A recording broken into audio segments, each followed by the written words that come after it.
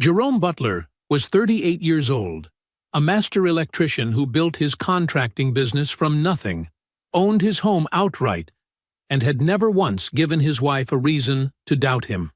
For 8 years he showed up, quietly, completely, without asking for applause. Then one evening he came home early from a cancelled job and found a printed email on his nightstand that his wife had forgotten to hide. 14 months. Another man. A secret savings account she'd been filling for 9 months, while Jerome's paychecks kept the lights on and the mortgage current. She had already paid a divorce attorney's retainer. 2 days after Jerome used their joint card to book a romantic anniversary trip to Savannah she never intended to take. 4 days later, she sat across from him with packed suitcases and said the words she'd clearly rehearsed. "Jerome, I don't need you." He walked her to the door, helped load her bags, and said, "Drive safe." What she didn't know, what she couldn't have known, was that Jerome was already 3 steps ahead, and she would find out exactly what that meant. Before we jump into the story, comment where in the world you are watching from and subscribe, because tomorrow's story is one you need to hear. Jerome Butler's day began like all his others, at 5:15 a.m., before the sun had any thoughts of rising.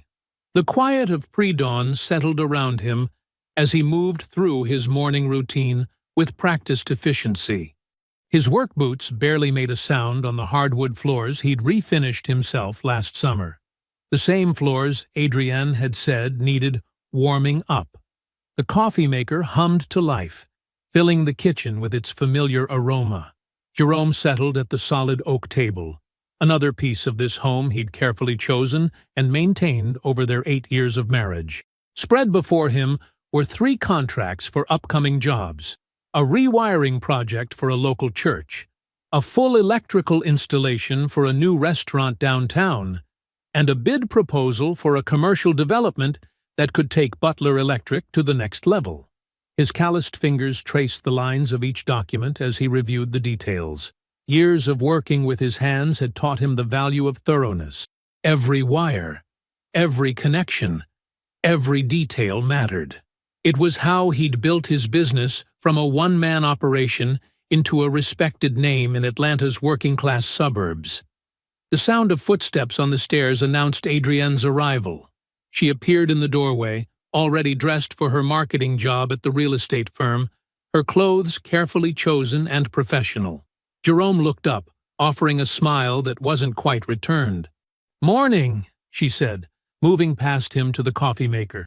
Her voice was pleasant enough, but held the same distance that had become their new normal. "Made a fresh pot," Jerome replied, watching as she poured her coffee into the travel mug she'd started using recently. One he didn't recognize. "Thanks." She added cream and sugar, her movements efficient and detached, as if he were simply part of the kitchen furniture. 4 months ago, she would have at least rested a hand on his shoulder as she passed. 4 months ago, their mornings had different rhythms. Jerome returned to his contracts, but his attention wasn't fully on the papers anymore. He noticed how Adrienne checked her phone 3 times while preparing her breakfast. A yogurt parfait she barely touched. She'd been going out more lately. Happy hours with coworkers that stretched later and later. Last week, she hadn't made it home until after 10. "Big presentation today?" he asked, trying to bridge the growing silence between them. "Mm-hmm," she responded, gathering her things. "Might be another late one. Don't wait up." Jerome nodded, keeping his face neutral. "I booked that trip to Savannah," he said carefully, "for our anniversary next month. Got us that bed and breakfast you mentioned wanting to try." Something flickered across Adrienne's face, too quick to read. "Oh, right, thanks." She glanced at her watch. "I should go. Traffic's going to be terrible." After she left, Jerome stood to refill his coffee. He needed to check on something in the home office anyway, a receipt for materials he'd filed last week. The office was technically shared space, though lately it felt like everything else, separated by an invisible line. That's when he saw it. Behind a stack of design magazines Adrienne kept on her desk, partially hidden by books about market analysis and brand development, was a cell phone he'd never seen before. It wasn't her usual iPhone with the cracked case she'd been meaning to replace.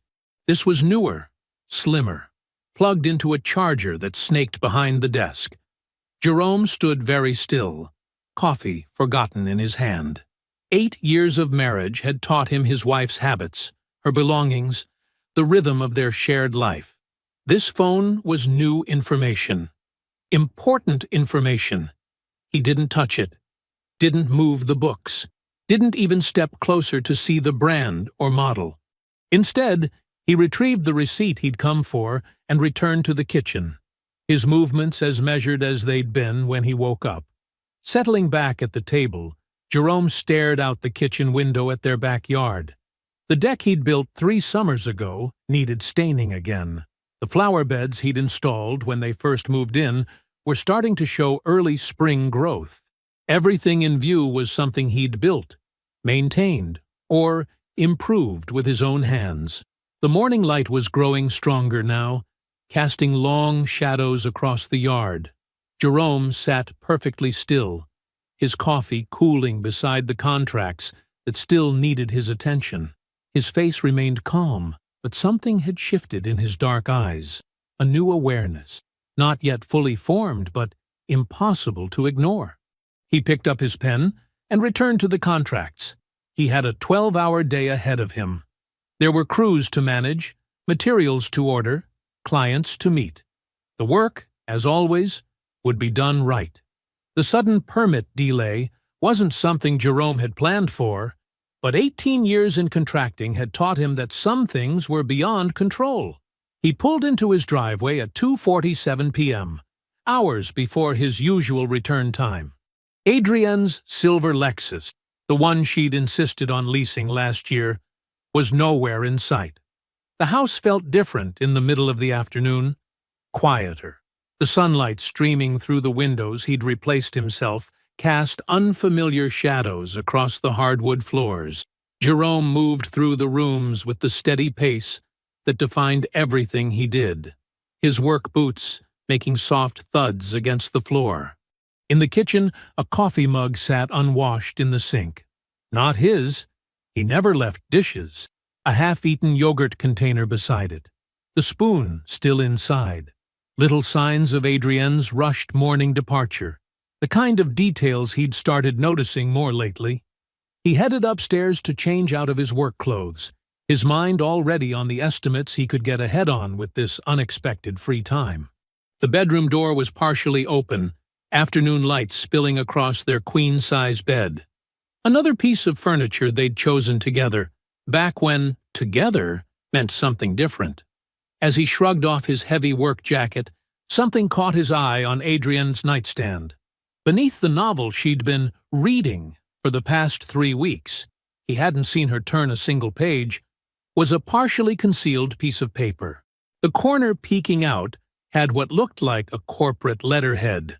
Jerome stood perfectly still for a moment, that same stillness that had served him well through every crisis he'd ever faced. Then, with deliberate care, he reached for the paper. It was an email, printed on standard office paper. The header showed it had been sent yesterday afternoon. From Victor.Ashford, Ashford Realty, Dom, to Adrienne.Butler, AshfordRealty.com. Subject, next steps. Jerome read each word with the same attention he gave to electrical schematics. The language was casual, intimate, the tone of someone who knew they were writing to a lover, not a colleague. Victor mentioned how much he'd enjoyed their weekend getaway last month, and how he couldn't wait to have more than stolen moments. Last month, Charlotte, where Adrienne had supposedly visited her college roommate, Jennifer. But it was the next paragraph that made Jerome's trained hands, capable of the most delicate electrical work, go completely still. I talked to my guy about the paperwork yesterday. Once you handle your end, we can move forward with everything we discussed. I know this transition period is difficult, but you're handling it perfectly. Soon, we won't have to hide anything. Jerome read it again. Then, once more. Each word burned itself into his memory with precise clarity.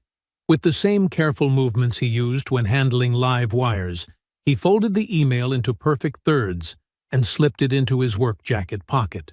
He sat on the edge of the bed, their bed, and remained there, motionless, for exactly 17 minutes. Anyone watching might have mistaken his stillness for shock or grief. They would have been wrong. Behind his eyes, calculations were forming, connections being made, a blueprint taking shape. The sound of Adrienne's car pulling into the driveway at 6:15 p.m. found Jerome in the kitchen, calmly reheating the pot roast he'd made in the slow cooker 2 days ago. The same pot roast she'd barely touched at dinner. "You're home early," Adrienne said, surprise coloring her voice as she set her purse down on the counter. "Permit delay on the Thompson project," Jerome replied, his voice warm and even. "How was your day?" "Oh, you know. Busy." She ran a hand through her hair. A nervous gesture he'd known for 8 years. "Had happy hour with some people from work. Should have texted." "That's good," Jerome said, stirring the pot roast. "You need to decompress. Want some dinner? There's plenty." Something flickered across Adrienne's face. Uncertainty, maybe concern. But it vanished when Jerome smiled at her. The same smile he'd given her that morning. The same smile he'd given her for 8 years. "I'll have a little," she said, relaxing visibly. "Let me change first." Later that night, after Adrienne had gone to bed claiming a headache, Jerome sat at the kitchen table. The house was dark except for the single light above him. The folded email lay on the table's worn surface, innocent-looking despite the weight of its contents. He picked up his phone and typed a single message to his brother Neil. "I need your help. Call me in the morning." The morning air was crisp as Jerome sat in his work truck, parked at the empty construction site. His crew wouldn't arrive for another 30 minutes. The dashboard clock read 6:43 a.m. He pulled out his phone and called Neil. His brother answered on the second ring. "Kind of early for a social call." "Need your expertise," Jerome said, his voice steady. He explained everything. The hidden phone behind the books, the printed email, the weekend in Charlotte that wasn't Charlotte. Neil listened without interruption, the way he'd been trained to do in the army. When Jerome finished, Neil was quiet for a long moment. Then, "Don't touch anything. Don't change anything. Give me 72 hours. "What are you thinking?" "I'm thinking you're smart enough to call me instead of confronting her. Let me work. Go home tonight and act normal. Actually, act better than normal." Jerome nodded, though Neil couldn't see it. "I hear you." The next 3 days were a masterclass in controlled performance. Jerome brought home yellow roses on Tuesday evening. "Just because," he said when Adrienne looked surprised. He suggested trying that new Thai place she'd mentioned last month. He was present, attentive, and completely unreadable. At work, he ran his crews with the same precise attention he always had. No one would have guessed anything was wrong. Deshawn, his best friend since childhood and lead foreman, noticed Jerome checking his phone more often, but knew better than to ask. Neil's updates came in careful, measured texts. Day 1. Found the accounts. More than one. Give me time. Day 2. Got access to the firm's public records. You're going to want to sit down for this. Day 3. Meet me. Usual spot. 4 p.m. The usual spot was a quiet coffee shop near Neil's office. Jerome arrived to find his brother already there, a thick manila envelope on the table. Neil's expression was carefully neutral, his investigation face. "It's not good," Neil said, without preamble. "The affair with Victor Ashford. It's been going on 14 months, not weeks. I've got hotel receipts, restaurant charges, a pattern of meetings disguised as work events." Jerome's hands remained steady around his coffee cup. "Go on." "She opened a personal savings account 9 months ago. No joint access. Been making irregular deposits, $200 here, $800 there. Totals just over $14,000 now. Some of those transfers came directly from your household account. Jerome absorbed this, his expression unchanged. Neil continued, each word measured. 3 weeks ago, she had a consultation with a divorce attorney. Paid a retainer. Here's the kicker. The payment went through 2 days after you booked that Savannah trip. Jerome sat perfectly still, processing the timeline. The careful dismantling of their life together had been happening right under his nose, while he was still building, still investing, still planning their future. I've got it all documented, Neil added, sliding the envelope across the table. Names, dates, account numbers. Everything a good attorney would need. Jerome took the envelope without opening it. Thank you. What's your next move? Already made it. Got a referral from your office for Sarah Chen, best divorce attorney in 3 counties. Neil nodded approvingly. Jerome stood, envelope in hand, and headed to his truck. In the parking lot, he reviewed the findings one more time. The retainer payment detail hit him hardest. She'd let him book their anniversary trip, knowing she was already planning her exit. He forwarded that specific detail to Sarah Chen, with one line. Get everything ready. That Friday, Jerome pulled into his driveway at his usual time. Something felt different before he even opened the door. Inside, he found Adrienne sitting at their kitchen table, 2 packed suitcases beside her. Her face was composed, rehearsed. She delivered her speech with practiced precision. They wanted different things. She'd been unhappy. She needed more from life. She deserved more. She was sorry, but she had to do this for herself. Jerome listened without interruption, just as he had that morning in his truck with Neil. Then she said it. The words that would echo, Jerome, I love you, but I don't need you. I can do this on my own. Jerome nodded slowly. Okay, Adrienne. She blinked, thrown by his calmness. He could see her struggling to adjust her script. Without waiting for more, Jerome stood and picked up one of her suitcases. Let me help you with these. They walked to her car in silence. He loaded the bags carefully into her trunk, the same way he handled everything, with purpose and precision. Drive safe, he said, stepping back from the car. Adrienne sat there for a full minute, hands on the steering wheel, before finally pulling away. Jerome watched until her taillights disappeared around the corner. Inside, he went straight to his laptop and picked up his phone. Sarah Chen answered immediately. It's Jerome Butler. She just left. Let's file first. The morning light filtered through the diner's clouded windows as Jerome stirred his coffee. It was 6:30 a.m., and the place was mostly empty, except for a few contractors grabbing breakfast before their shifts. Neil sat across from him, a thick manila folder placed carefully between their coffee cups. You're not going to like what I found, Neil said, opening the folder with practiced precision. But you need to know everything. Jerome nodded, his face composed. He hadn't slept much, but his eyes were clear and focused. Let's start with Victor Ashford, Neil continued, pulling out several documents. This isn't his first time doing this. I found a pattern going back 3 years at the firm. He targets married women specifically, usually ones in marketing or admin roles, positions where he has authority, but not direct supervision. Jerome took a slow sip of his coffee, letting the information settle. 2 years ago, there was an HR complaint that got buried. Similar situation. Married woman, promises of advancement, hints about a better life.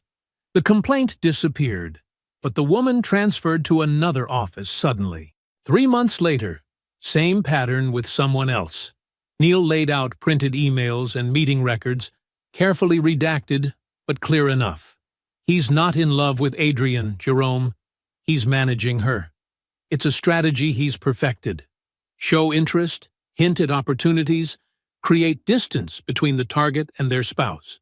Then, make promises about the future, always just vague enough to maintain deniability. Jerome's hands remained steady around his coffee cup. Tell me about his marriage. That's where it gets interesting, Neil said, pulling out another document. He's still very much married. His wife comes from old Atlanta money. The marriage is more of a business arrangement at this point, but it's what maintains his lifestyle. The downtown condo where Adrian's staying? It's actually owned by his wife's family trust. Jerome absorbed this detail, thinking about Adrian walking into that space, thinking it represented her future. Your attorney filed the divorce petition yesterday, Neil continued. The financial subpoenas went out this morning. That $14,000 account is already on record. Adrian's lawyer tried to frame it as personal savings, but Sarah Chen shut that down fast. We've got bank records showing transfers directly from your joint household account, the one you've been funding solo for the past 3 years, while Adrian's paychecks went elsewhere. Jerome nodded slowly. She was building her exit ramp while I paid for everything.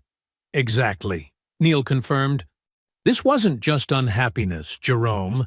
This was calculated. She was using your stability to finance her escape plan. The diner had started filling up with the morning crowd. A waitress topped off their coffees, and Jerome waited until she moved away before speaking. Keep watching, he said quietly. I want to know everything. Where she goes, who she talks to, what story she's telling people. Already on it, Neil assured him. I've got someone monitoring the firm's internal communications. Victor's not as careful as he thinks he is. Jerome finished his coffee and checked his phone. He had a crew waiting at a job site across town. Send everything to Sarah. I want it all documented. That evening, Jerome met Deshawn at their usual spot, a small bar where they'd been watching games since they were old enough to drink. He told him a partial version, leaving out the details about Victor's pattern and the financial records. Deshawn's reaction was immediate. Man, you need to confront her now. Call her out on all of it. Jerome shook his head, his voice calm. Not yet. I want everything before she knows I have anything. You're too cool about this, Deshawn protested. She's out there living in some rich man's condo while you're just… Waiting? I'm not waiting, Jerome corrected. I'm building. Later that night, Jerome sat on his back deck, the one he'd constructed himself 2 summers ago, every board and nail placed with purpose. The night air was cool, and the neighborhood was quiet. His dinner plate sat empty beside him. He wasn't angry. Anger required uncertainty, and Jerome was past that now. What he felt was focus, clean and sharp as a newly leveled beam. Every revelation from Neil, every document in Sarah Chen's growing file, was another piece of framework being set into place. The deck creaked softly under his chair as he leaned back, looking up at the stars, the same stars he and Adrian used to watch together, back when he thought silence meant peace instead of preparation. Jerome was reviewing material orders in his truck when his phone buzzed. The number wasn't saved, but he recognized it immediately. Patricia Cole, Adrian's mother. He took a deep breath before answering. Jerome? Patricia's voice was hesitant but clear. I hope I'm not interrupting anything. No interruption, Mrs. Cole. What can I do for you? I'd like to meet with you, if you're willing. Not about getting you and Adrian back together, she added quickly. Just, there are things you should know. Jerome checked his schedule. I can meet you at 1. There's a coffee shop called Rosemary's near my office. I know the place. Thank you, Jerome. The coffee shop was quiet when Jerome arrived. Patricia was already there, sitting at a corner table with her hands wrapped around a ceramic mug. She looked older than he remembered, the lines around her eyes deeper. She stood when she saw him, smoothing her skirt with nervous hands. Thank you for coming, she said, as Jerome sat down. A waitress approached, and he ordered black coffee. I want you to know, Patricia began, once they were alone, that I'm deeply ashamed of how Adrian has handled this. You deserved better than what she's done. Jerome nodded, waiting. I always respected you, Jerome. From the first time Adrian brought you home. You were solid, real, the kind of man I hoped she'd find. Patricia's fingers tightened around her mug. I watched you build your business from nothing. I saw how you treated my daughter. And I saw—" She paused, collecting herself. "I saw how she started changing this past year." The waitress brought Jerome's coffee. He added nothing to it, just held it, letting its warmth ground him. "There's something specific I need to tell you," Patricia continued. "6 months ago, Adrienne came over for Sunday dinner. We were in the kitchen, and she started talking about your marriage. She told me—" Patricia's voice caught slightly. "She told me that you and she were basically separated in all but name, that you hadn't been a real couple for years, that you knew it too, and just didn't want to admit it." Jerome's face remained neutral, but something shifted behind his eyes. He understood exactly what this meant. "I didn't challenge her then," Patricia admitted. "I wish I had. But I'm telling you now because you need to know. She was building this story long before she left. She was—" Patricia searched for the right words. "Rewriting our marriage," Jerome finished quietly. "Making me into someone who failed her, so leaving wouldn't feel like betrayal." "Yes," Patricia said, relief in her voice at his understanding. "Exactly that. She told other people too. Her cousin Maya, her friend Rachel. Always the same story. That you were already essentially separated. That everyone could see it but you." Jerome took a slow sip of his coffee, processing. This wasn't just about the money she'd hidden or the affair with Victor. This was deeper. A systematic dismantling of their shared reality. A poison dropped carefully into conversations months before she made her move. "I'm so sorry, Jerome," Patricia said, her eyes bright with unshed tears. "I should have seen what she was doing. I should have said something." "Mrs. Cole," Jerome said gently, "you have nothing to apologize for. Adrienne is a grown woman who made her choices. You're here now, telling me the truth. That matters." They talked a while longer, Patricia sharing other small details, comments Adrienne had made about Victor, things she'd said about the future she thought she was stepping into. Jerome listened carefully, filing away each piece. When they parted, Patricia hugged him briefly. "You're a good man, Jerome Butler. Don't let what she did change that." In his truck, Jerome called Neil immediately. "My mother-in-law just gave us something important," he said, relaying Patricia's revelation. 6 months of groundwork, Neil. She was poisoning the well long before she left. "I'll document everything," Neil assured him. "This strengthens our case, shows premeditation in her financial conduct. Sarah can use this." Jerome drove home slowly, thinking about all the rooms in his house where Adrienne had stood, telling herself stories about their marriage while he worked, and built, and planned their future. He parked in the driveway and walked through each space. The kitchen where they'd shared thousands of meals, the living room where they'd watched movies on Sunday afternoons, the bedroom where distance had grown like a shadow. Finally, he went to the garage. In the corner stood his neglected workbench, a custom piece he'd been designing for 2 years but never finished. He rolled up his sleeves, turned on the shop light, and began measuring wood. The familiar smell of sawdust filled the air as he worked, letting the rhythm of careful construction wash everything else away. Hours passed. The moon rose. Jerome worked until his hands were tired and his mind was quiet. When he finally went inside, he slept without dreaming. Jerome's truck rumbled at a stoplight when Neil's name flashed on his phone display. He answered through the Bluetooth speaker, expecting their usual morning check-in. "You need to pull over for this one," Neil said without preamble. Jerome guided his truck into an empty church parking lot, killed the engine, and switched to handheld. "Go ahead."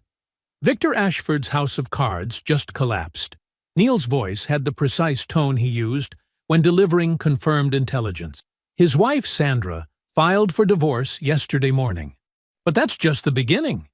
Jerome settled back in his seat, watching morning traffic pass on the main road.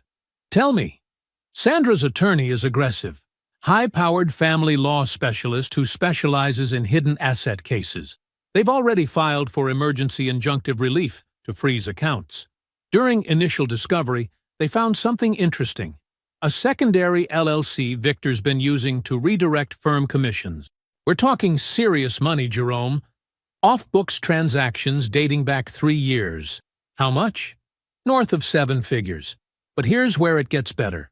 The State Real Estate Licensing Board got wind of it. They've opened a formal inquiry into his license and business practices. The firm is in damage control mode. Jerome absorbed this, thinking about Adrienne sitting in Victor's downtown condo, planning her new life around his projected wealth. What else? 2 women from the firm filed HR complaints this morning.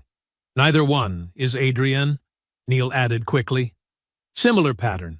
He approached them while they were married, promised career advancement, suggested their husbands were holding them back. One has documented emails going back 14 months. Same timeline as Adrienne, Jerome noted. Exactly. HR called Adrienne in for a meeting first thing today. Standard procedure when there's an investigation involving a senior partner and a subordinate who's known to be involved. Jerome could picture it.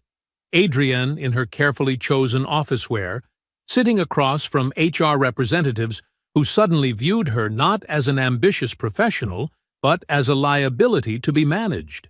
Her position? He asked. Not terminated yet, but compromised. They're documenting everything, building a paper trail. Victor's already distancing himself, canceled their standing lunch meetings, stopped including her in client dinners. All those introductions he promised to his social circle? Gone quiet. Jerome remembered Adrienne's words, "I don't need you." He wondered how those words tasted now, sitting alone in Victor's increasingly empty promises. "There's more," Neil continued. Victor asked her to move out of the condo yesterday. His attorney advised clearing any personal connections while they handle the licensing investigation. She's at the extended stay on Hammond Drive. Jerome knew the place. Clean, but basic. Nothing like the lifestyle Victor had dangled.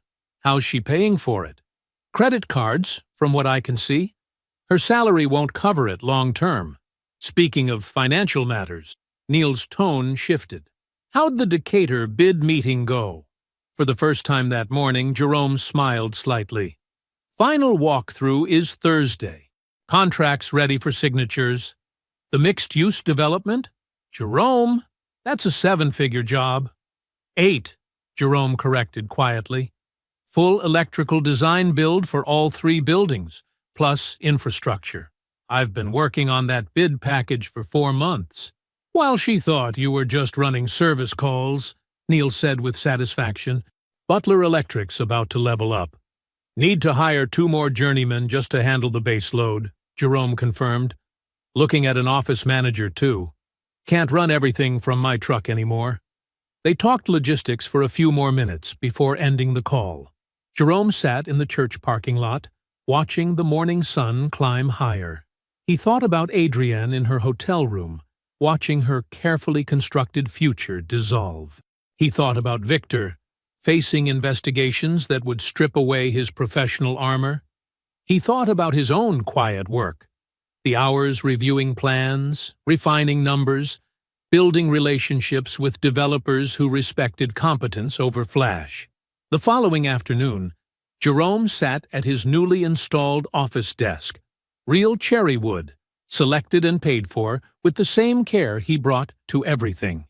The Decatur contract lay before him, 57 pages of specifications, timelines, and terms. He signed each flagged page with a steady hand, initials clear and confident. Setting the pen down, he allowed himself exactly 1 moment to feel the satisfaction of earned success. Then he picked up his phone and called his crew foreman.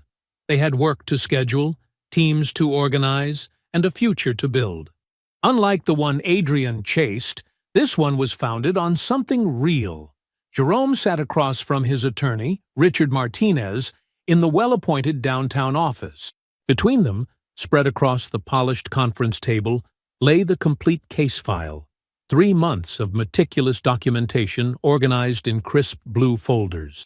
The financial evidence alone is compelling, Martinez said, tapping the leftmost folder. Hidden accounts, diverted household funds, unauthorized transfers. Then we have the timeline. 14 months of documented infidelity, 9 months of systematic financial deception, and that retainer payment on your joint card 2 days after you booked the Savannah trip. He leaned back, confident. We're positioned for a very favorable settlement. Jerome nodded, studying the materials. I want a mediated sit-down. All parties present, not just attorneys. Martinez frowned. That's not advisable, Jerome. We have leverage. Why give them face-to-face opportunities to manipulate the narrative? Because I want her to hear it directly from me, Jerome said simply. Every detail, every date, every decision she made while I was building our life. I want her mother there too. Patricia Cole? Martinez shuffled through his notes. The witness to your wife's pre-separation narrative manipulation? Yes. Adrienne needs to understand that every false story she told is documented, that her mother's testimony exists, that there's nowhere left to hide. Martinez studied his client carefully. Most men in Jerome's position came in radiating anger or pain. Jerome radiated clarity. You understand this gives them opportunities to provoke emotional responses, to try to paint you as aggressive or unstable. Jerome's slight smile didn't reach his eyes. They've been underestimating me for 14 months. Let them keep doing it one more day. After a moment, Martinez nodded. I'll arrange it, but I want to prep you thoroughly. No prep needed, Jerome interrupted quietly. I know what I'm doing. Leaving the office, Jerome made 3 calls from his truck. First, to Deshawn. It's time, he said simply. About damn time, Deshawn replied. You need anything? Just be ready to meet afterward, either to celebrate or commiserate. Man, knowing you, it'll be celebrating. Next, he called Neil. Bring everything tomorrow. Every document, every timeline, every piece of evidence. I want it all in that room. You sure about this approach? Neil asked. Completely. She needs to see it all laid out at once. No more hiding behind lawyers or distance. Finally, he called Patricia Cole. She answered on the second ring. Jerome? Is everything all right? Yes, ma'am. I'm requesting a mediated settlement conference tomorrow. I'd like you there as a witness to what you told me about Adrienne's statements before she left. Patricia was quiet for a moment. You're sure? Yes, ma'am. Your daughter needs to face the truth. All of it. What time? 9 a.m. Downtown offices. I'll be there, she said without hesitation. And Jerome? You're doing the right thing. That evening, Jerome moved through his house with deliberate calm. He laid out his charcoal suit, the one he wore to bid presentations, perfectly tailored. White shirt, navy tie, polished black Oxfords, everything precise, nothing flashy. In his home office, he reviewed the case file one final time, not rehearsing speeches. He didn't need them. Instead, he organized his thoughts with the same methodical care he brought to planning complex electrical systems. Every fact was a wire, every connection documented, every sequence mapped. He knew exactly how tomorrow would flow. The late summer evening was cooling when Jerome stepped out onto his back deck. The carpentry project he'd started days ago, a simple but elegant storage bench, waited for its final touches. He worked steadily, sanding the cedar to a perfect smoothness, checking each joint, applying the last coat of sealant. The physical work centered him, as it always had. When he finished, Jerome ran his hand across the completed surface.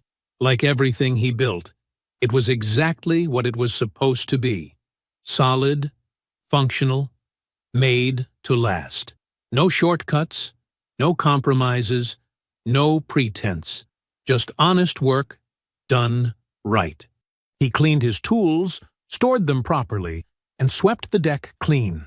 Inside, he set his alarm for 6 a.m., though he knew he wouldn't need it.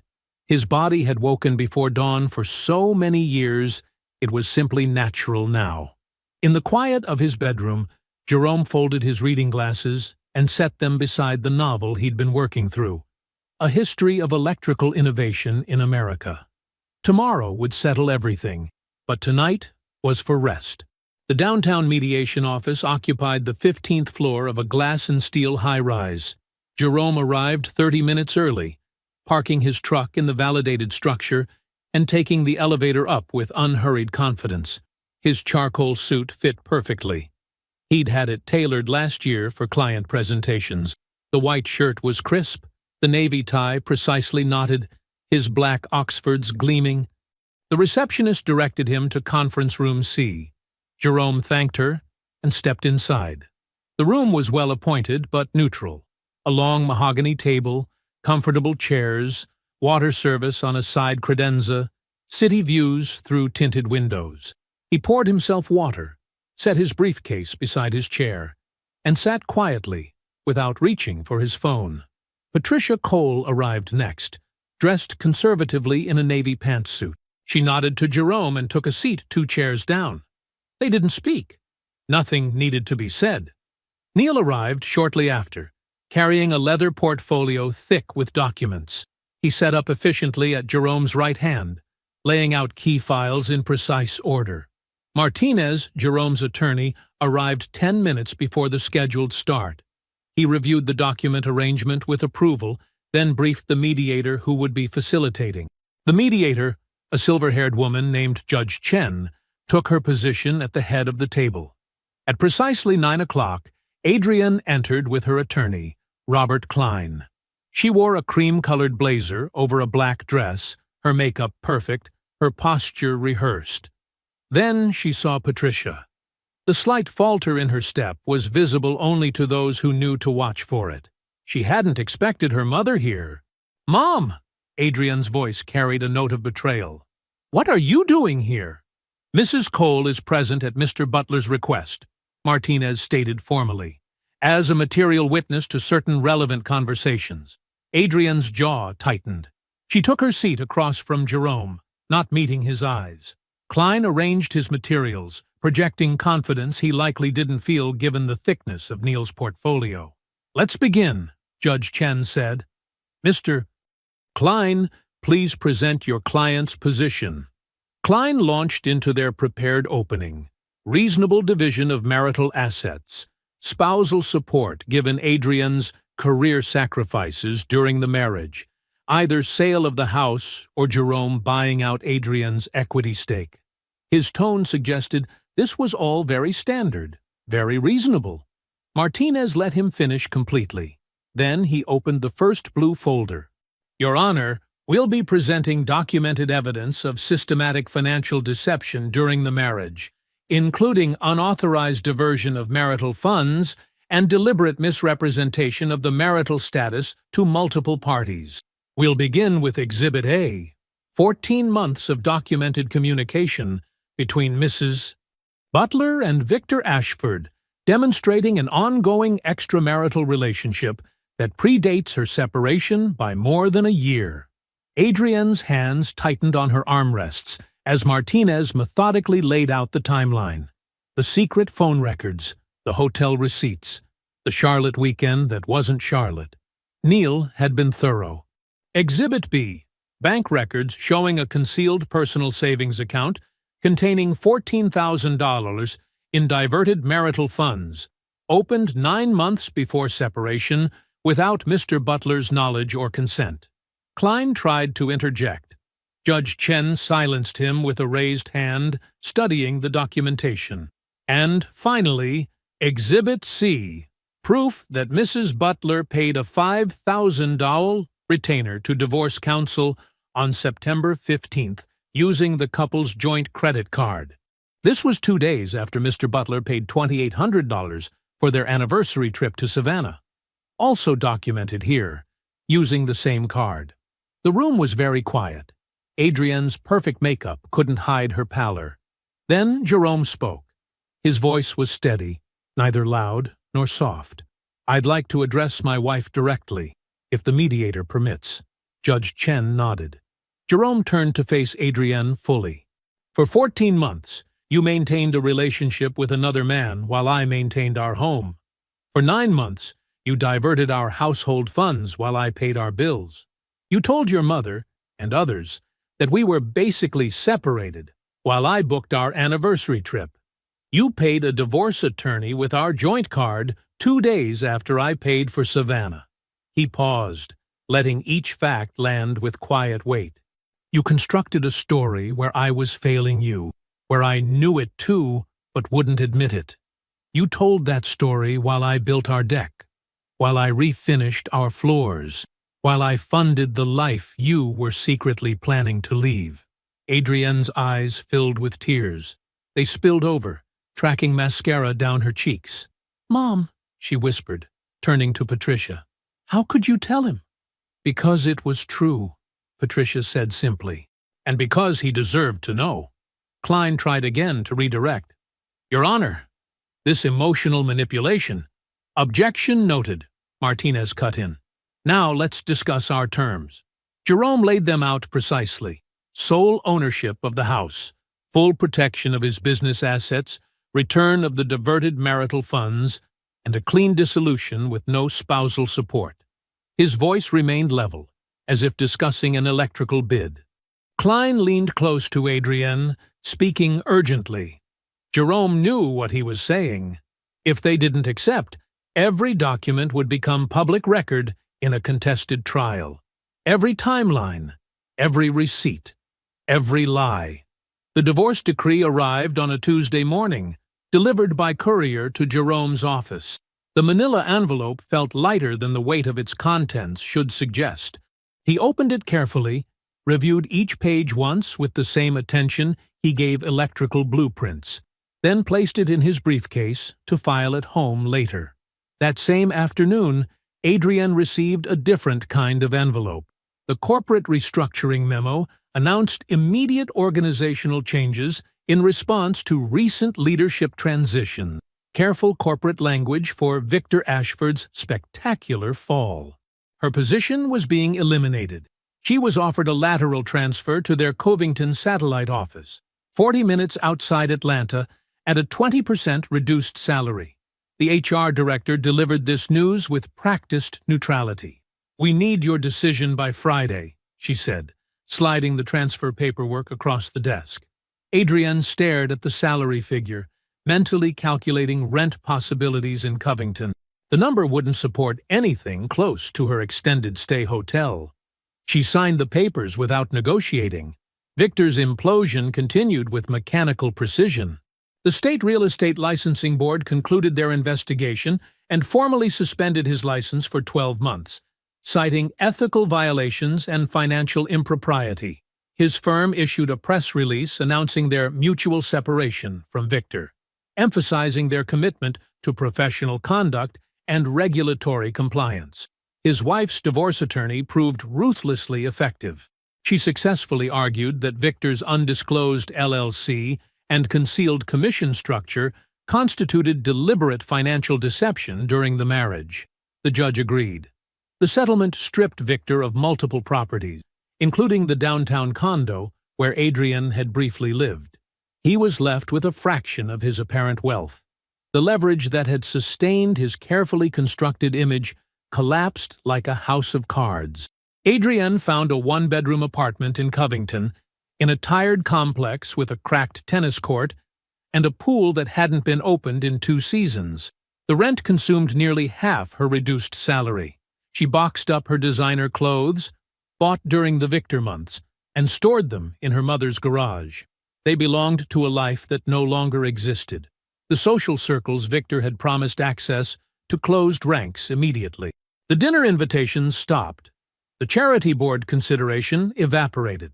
The introductions to people she should know never materialized. She was quietly removed from 3 group texts and unfollowed by several wives of Victor's former colleagues.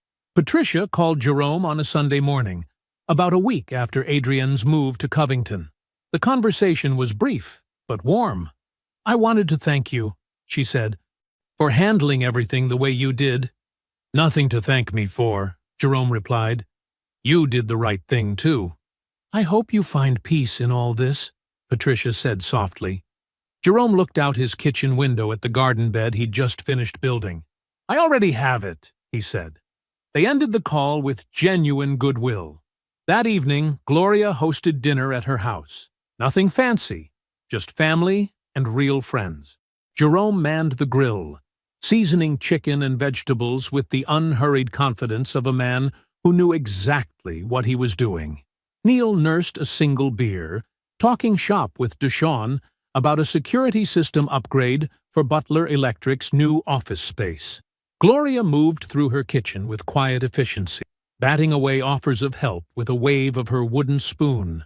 Nobody gave speeches. Nobody needed to. The conversation flowed naturally. Work stories, neighborhood gossip, Deshawn's wedding plans, the Braves' pitching rotation. Plates were filled and refilled. Laughter came easily. These were people who had known Jerome before, during, and after, who had watched him handle everything with a dignity that required no audience. Gloria's banana pudding appeared for dessert, served in the blue glass bowls she'd owned since Jerome was a boy. The familiar taste carried him back to countless Sunday dinners, to the foundation his mother had built through quiet consistency and unflinching love.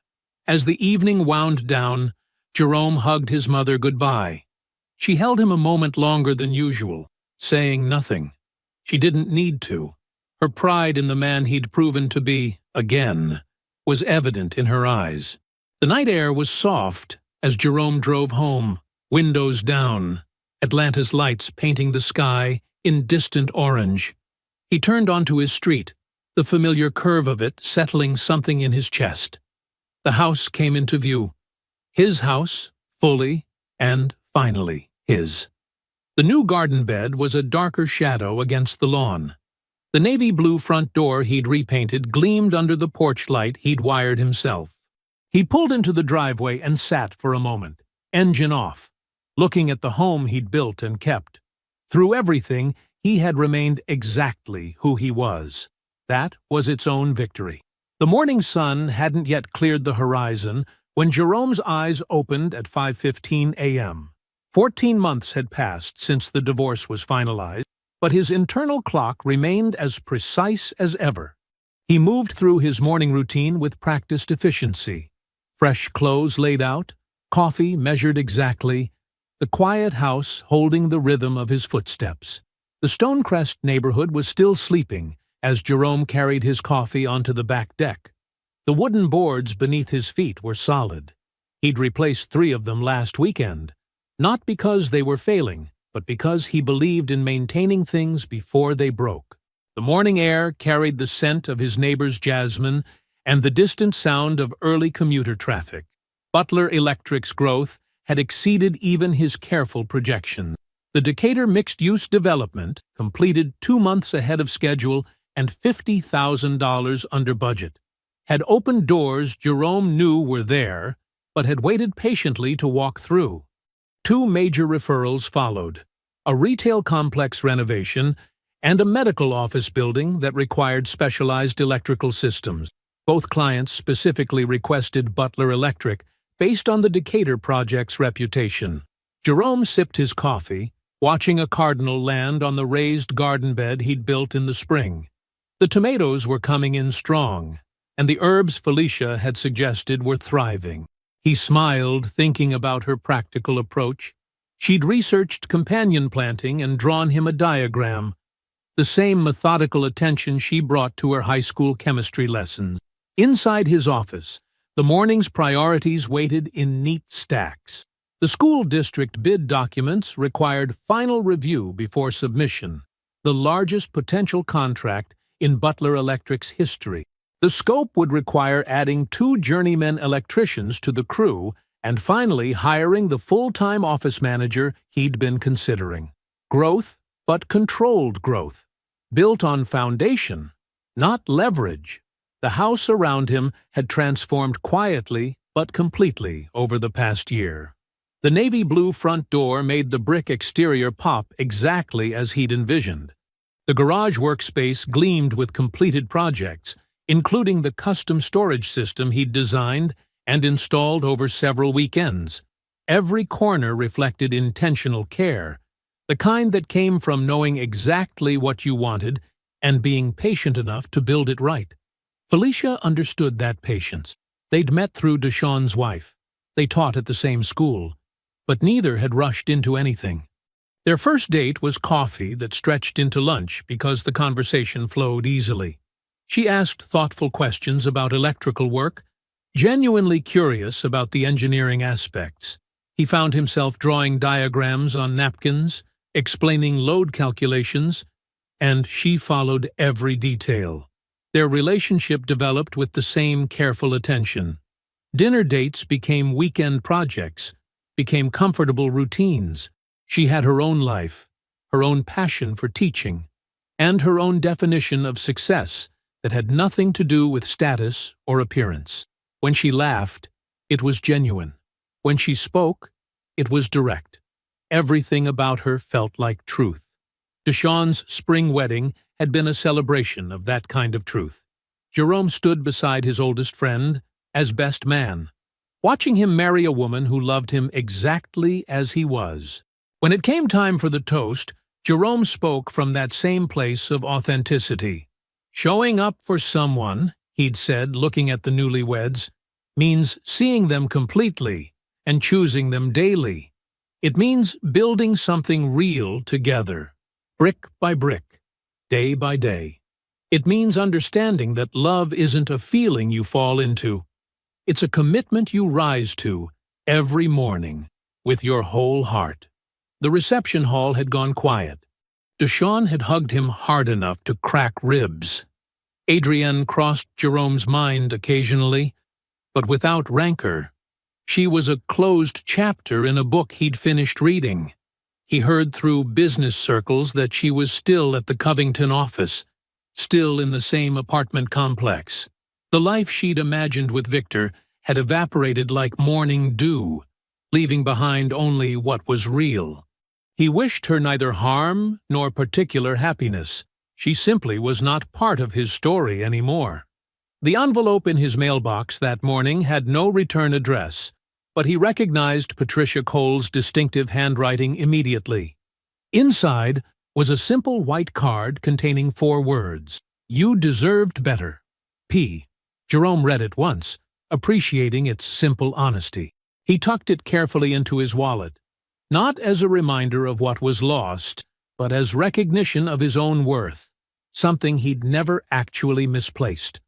Moving back to the kitchen, he refilled his coffee and turned his attention to the school district bid documents spread across the table. I hope you enjoyed that one. Be sure to like the video and subscribe so you don't miss the next story. I've picked out 2 more for you that I think you'll really like.